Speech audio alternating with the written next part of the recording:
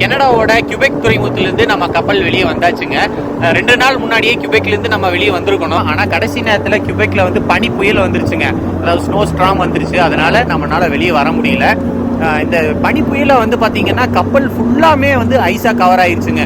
அந்த ஸ்னோ வந்து ஃபுல்லாக படிச்சு ஃபுல்லாக ஐஸ் கவர் ஆயிருச்சு. நார்மலாக ஸ்னோ மட்டும் இருந்ததுன்னா ஈஸியாக ரிமூவ் பண்ணிடலாம். அந்த ஸ்னோ வந்து லேசாக மெல்ட் ஆகி அதுவே மறுபடியும் ஐஸ் ஆகிட்டதுனால கருங்கல் மாதிரி ஆயிடுச்சுங்க. இப்போ பார்த்தீங்கன்னா பூரா ஐஸ் கட்டிங்க. அதாவது ஸ்னோ வந்து மெல்ட் ஆகி ஹார்ட் ஆயிருச்சு. இங்கே சைடில் பார்த்தீங்கன்னா அப்படியே செம ஹார்டாக இருக்குங்க. உடைச்சா அப்படியே கல் மாதிரி இருக்கு. இதை டக்குன்னு எடுக்கவும் முடியாது. அப்படியே செம ஹார்டாக இருக்கு. உடைக்கவும் முடியாது. பார்த்தீங்களா அவ்வளோ ஹார்டாக இருக்கு. இதுவே ஃபுல்லாக மெல்ட் ஆனால் மட்டும்தான் இதை வந்து ரிமூவ் பண்ண முடியும்.